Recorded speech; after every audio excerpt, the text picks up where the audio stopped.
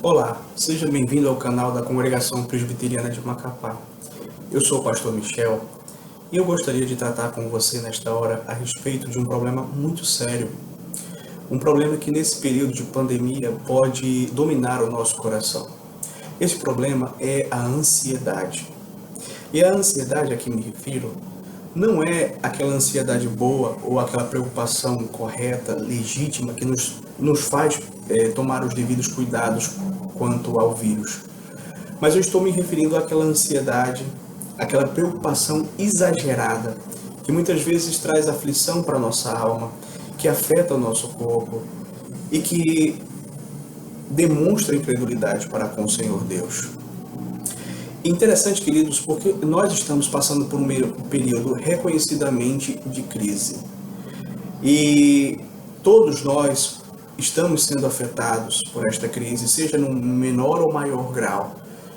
E é um momento de incertezas. Muitas dúvidas surgem nesse momento, né? Nos perguntamos, será que essa crise ela vai durar muito tempo?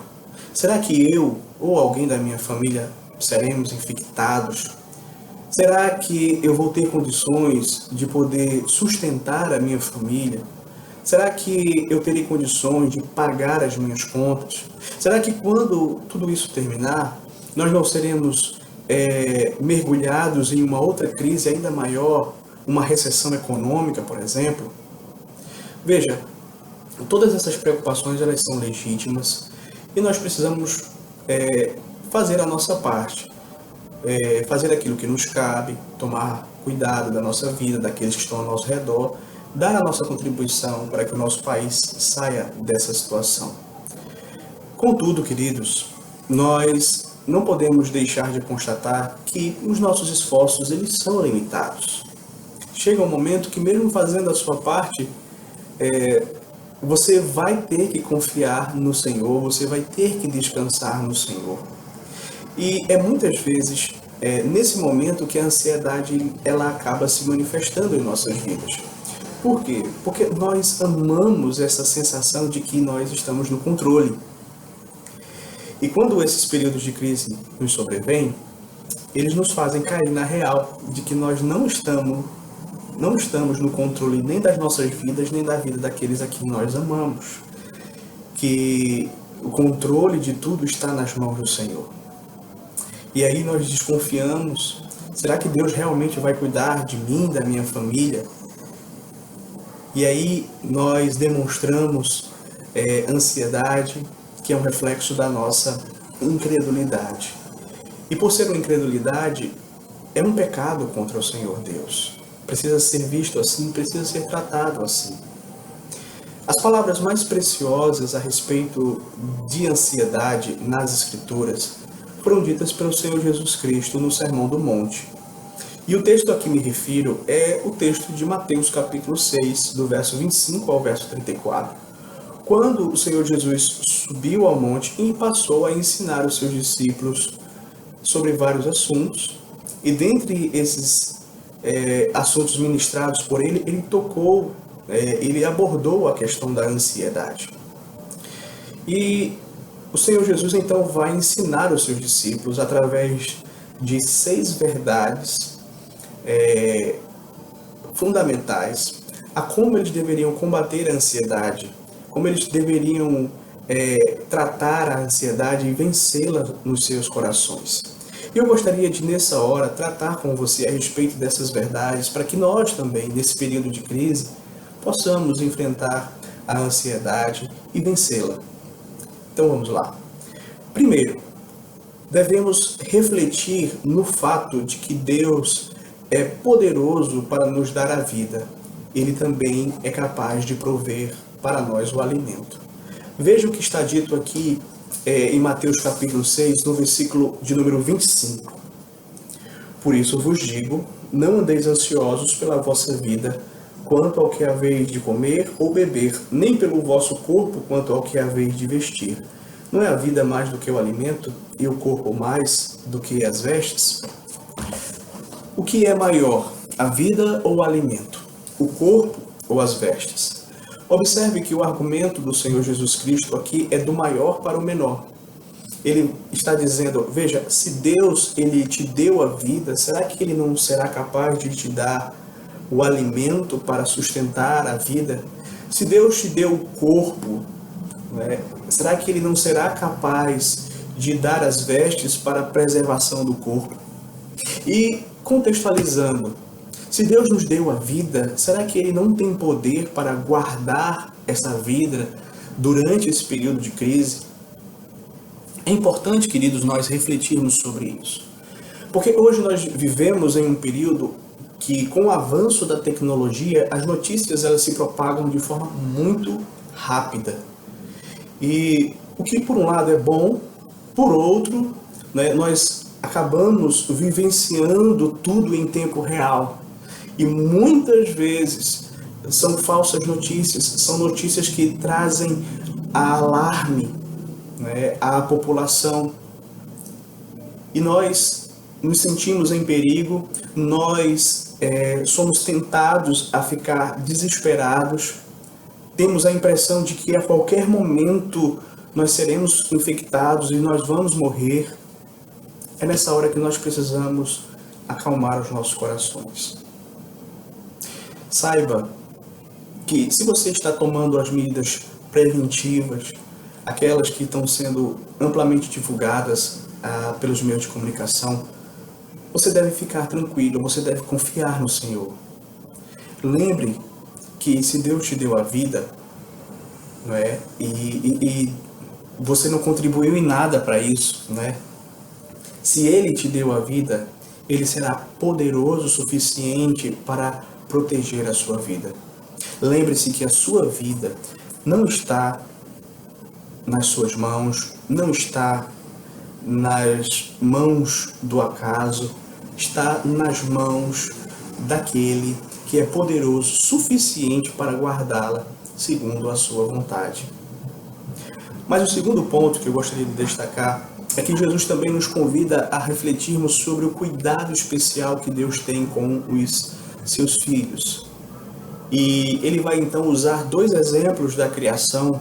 O primeiro deles é o exemplo das aves do céu, que ele usa aqui no verso 26.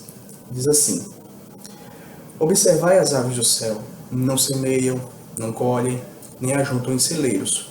Contudo, o vosso Pai Celeste as sustenta. Porventura não valeis vós muito mais do que as aves? Observe que Cristo, então, ele aqui muda a lógica. Se no verso anterior a lógica era do maior para o menor, aqui é do menor para o maior. Isto é, se Deus cuida dos passarinhos, será que Ele não vai cuidar dos filhos dele? Daqueles a quem Ele adotou na sua família?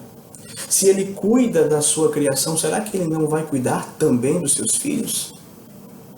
E então o Senhor Jesus usa um segundo exemplo, que são os lírios do campo. A partir do verso 28, ele diz assim: e por que andais ansiosos quanto ao vestuário? Considerai como crescem os lírios do campo. Eles não trabalham, nem fiam. Eu, contudo, vos afirmo que nem Salomão, em toda a sua glória, se vestiu como qualquer deles. Ora, se Deus veste assim a erva do campo, que hoje existe e amanhã é lançada no forno, quanto mais a vós outros, homens de pequena fé. Interessante, queridos, que aqui o Senhor Jesus diz que Deus veste a erva do campo. A erva do campo que é tão efêmera, que é tão passageira, mas Deus a veste de maneira tão bela. Mais do que Salomão em toda a sua glória se vestiu. Se Deus ele cuida assim das ervas do campo, das flores do campo, quanto mais Ele vai cuidar da sua vida, que é filho dele. Veja, queridos, Deus nos ensina através destes exemplos algo maravilhoso. O Senhor Jesus aqui nos mostra que Deus, na sua providência, Ele alimenta as aves, Ele veste as ervas do campo, Ele providencia tudo o que é necessário para a manutenção da sua criação. Será que Ele agora vai então mudar e abandonar aqueles que para Ele são mais valiosos, os seus próprios filhos? Aqueles por quem Ele enviou o seu Filho amado Jesus Cristo para morrer por eles, para pagar um preço altíssimo, o preço de sangue do seu próprio filho. É por isso, queridos, que a nossa confissão de fé de Westminster, ela afirma que Deus cuida de forma especial da sua criação, mas da sua igreja Deus cuida de maneira especialíssima. Mas um terceiro, então, ponto importante para refletirmos aqui que o Senhor Jesus nos traz é sobre a inutilidade da ansiedade. Observe comigo o verso de número 27. Ele diz assim: qual de vós, por ansioso que esteja, pode acrescentar um côvado ao curso da sua vida? Veja, côvado aqui é uma medida de 60 centímetros. Jesus está dizendo, quem pode, por mais ansioso que esteja, acrescentar 60 centímetros ao curso da sua vida? Ou poderíamos também dizer, quem, por mais ansioso que esteja, pode acrescentar um passo a mais, um instante a mais à sua existência? Todo o curso da nossa vida está nas mãos do Senhor. Nenhum de nós vai morrer na véspera do dia determinado por Deus. A nossa ansiedade não vai, de modo nenhum, alongar a nossa vida. Logo, ficarmos ansiosos é inútil. Não vai abreviar esses dias de quarentena, não vai contribuir para o surgimento de uma vacina contra o coronavírus. Nossa ansiedade não vai contribuir positivamente em nada. Por outro lado, a ansiedade ela pode sim contribuir negativamente, prejudicando as nossas vidas, porque ela nos debilita. Ela tira a nossa paz, ela tira a nossa alegria, as nossas forças, ela rouba as nossas noites de sono, ela nos deixa tentados a buscarmos válvulas de escape pecaminosas.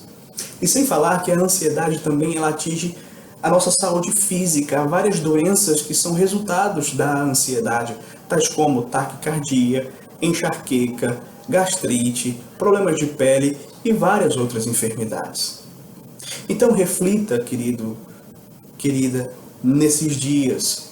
Não é?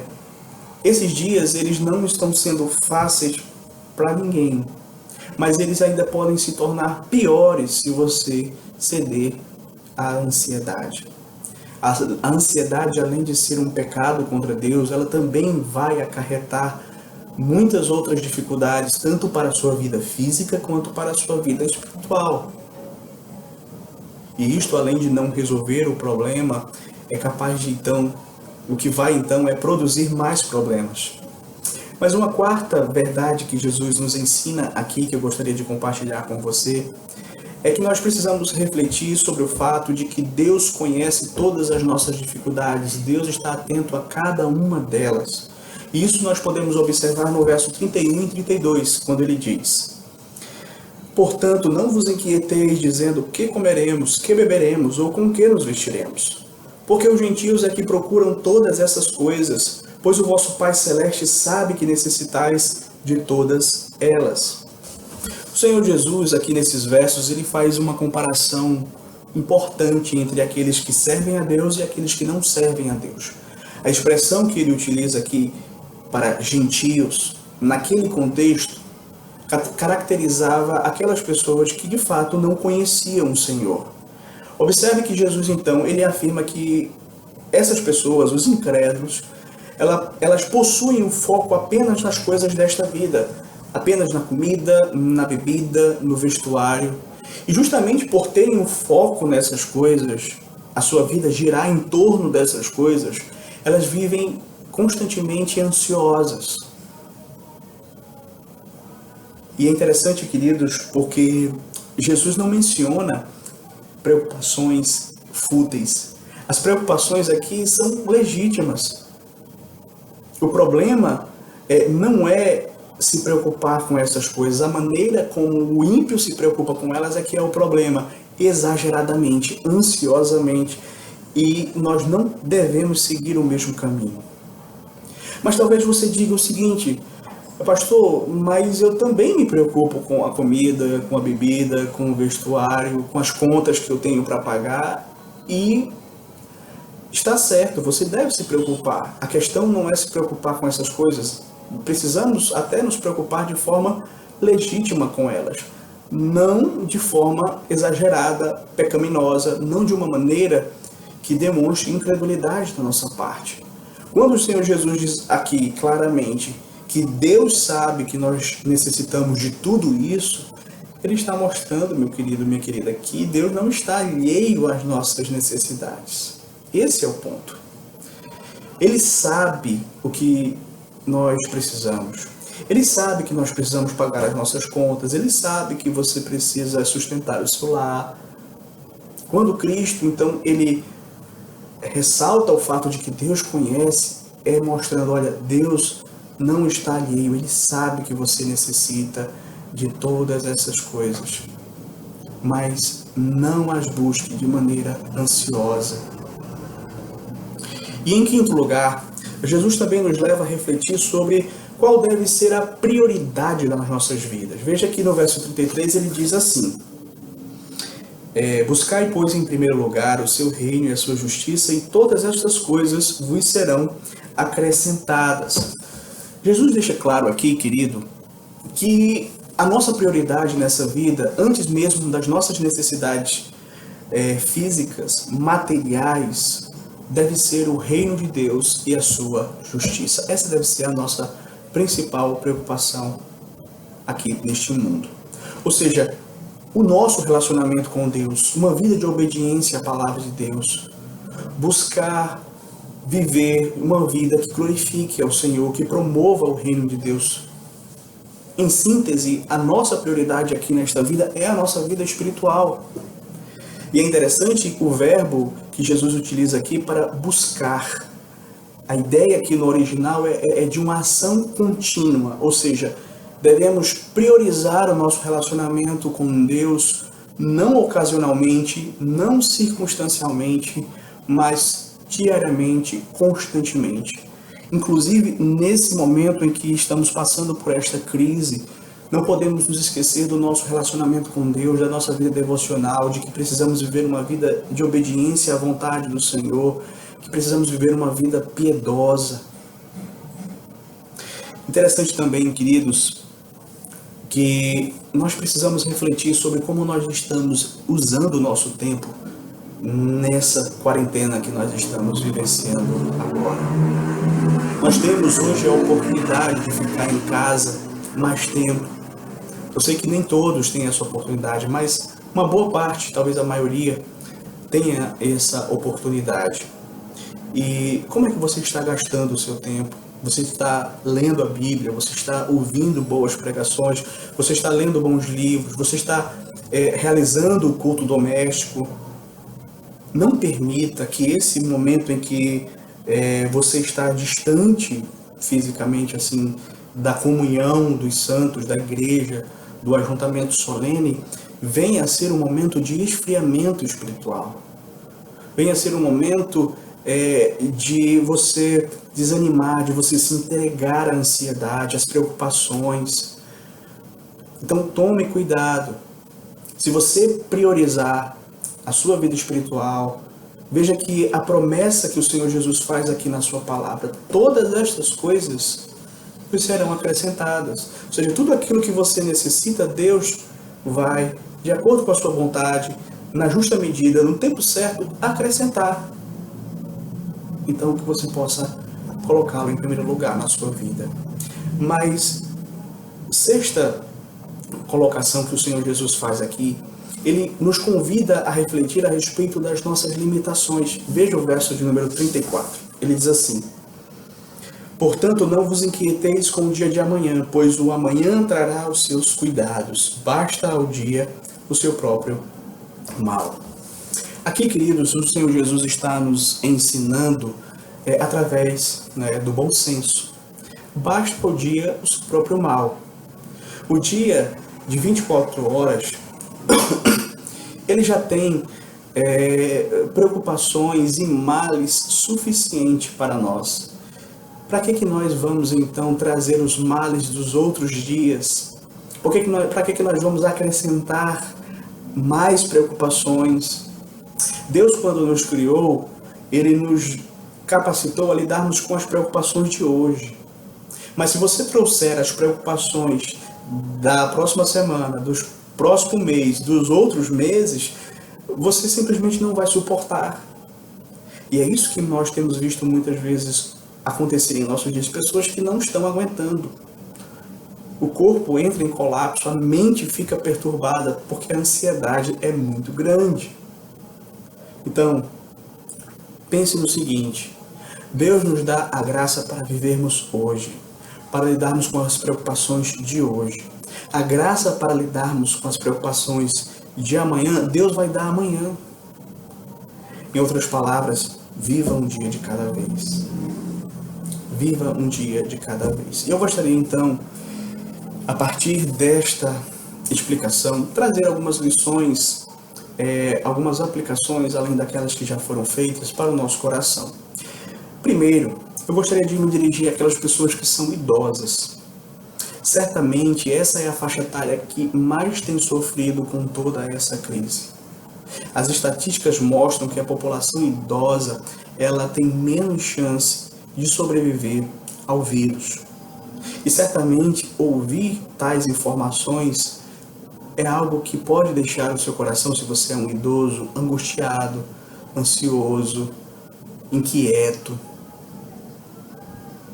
E mesmo que você tome todos os cuidados, você pode ser, então, tentado a ficar ansioso e se perguntando qual será o objeto, qual será a pessoa que vai trazer esse vírus para mim.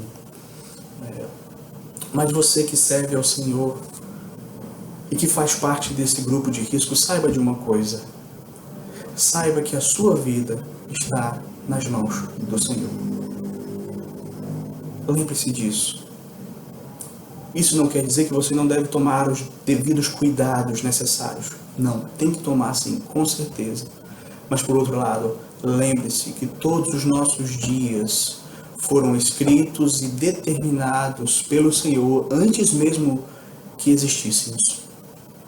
Lembre-se que o seu Pai Celeste é aquele que cuida da criação. Ele cuida com tanto cuidado das aves, das flores, quanto mais de você que é filho dele.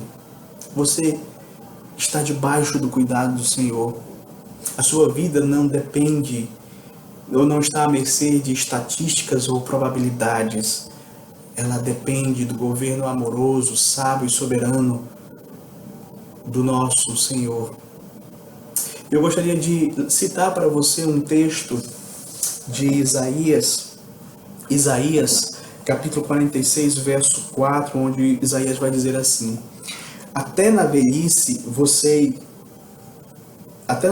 de vocês, eu serei o mesmo, e ainda quando tiverem cabelos brancos, eu os carregarei, eu os fiz e os levarei, eu os carregarei e os salvarei.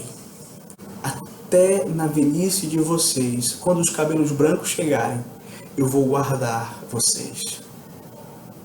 Mas uma segunda aplicação que eu gostaria de fazer nesta hora é para aquelas pessoas que têm a responsabilidade de prover para o seu lar.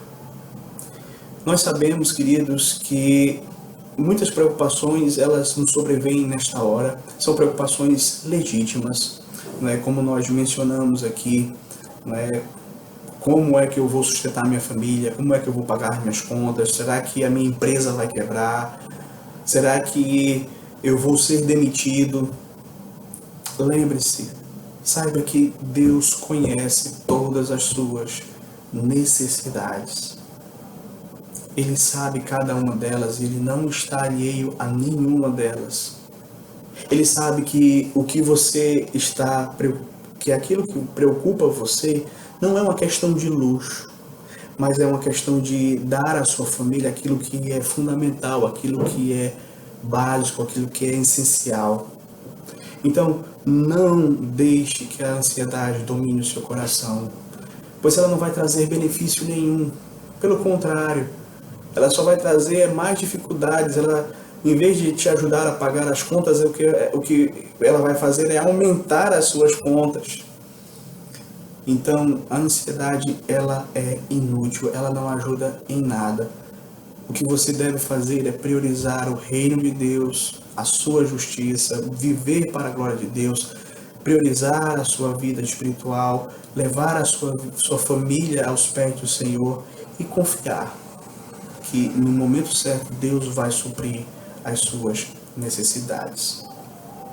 Mas uma terceira aplicação que eu gostaria de fazer neste momento é mencionando uma arma poderosa que nós temos contra a ansiedade, que é a oração. Neste combate com a ansiedade, a oração ela é uma arma fundamental. A ansiedade ela acontece porque nós queremos, como eu disse, estar no controle daquilo que é incontrolável.